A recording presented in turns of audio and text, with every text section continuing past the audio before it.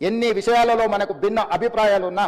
ఈ దేశంలో ఉండే 140 కోట్ల ప్రజలకు అన్ని రాజకీయ పార్టీలు అన్ని సంఘాలు ఆర్ఎస్ఎస్ నుంచి ఆర్ఎస్యు వరకు కమ్యూనిస్టుల నుంచి ఈరోజు మిగతా రాజకీయ పార్టీల వరకు ఎవరిని తీసుకున్నా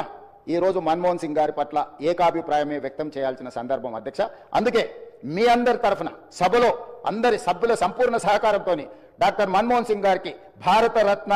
ఇచ్చి వారి గౌరవాన్ని ఏ పదవులైనా ఏ హోదాలైనా వాటికే వన్నే తీసుకొచ్చిన మన్మోహన్ సింగ్ గారు. అందుకే ఈరోజు వారికి భారతరత్న ఇవ్వాలని తమరి ముందు ఈ సభలో సభ్యులందరి ఆమోదం కోరుతూ ఈ తీర్మానాన్ని ప్రవేశపెట్టిన డాక్టర్ మన్మోహన్ సింగ్ గారికి భారతరత్న ఇవ్వాలి అని ఏదైతే వారు ప్రతిపాదన పెట్టారో దానికి కూడా సంపూర్ణంగా మా మద్దతు ప్రకటిస్తూ తప్పకుండా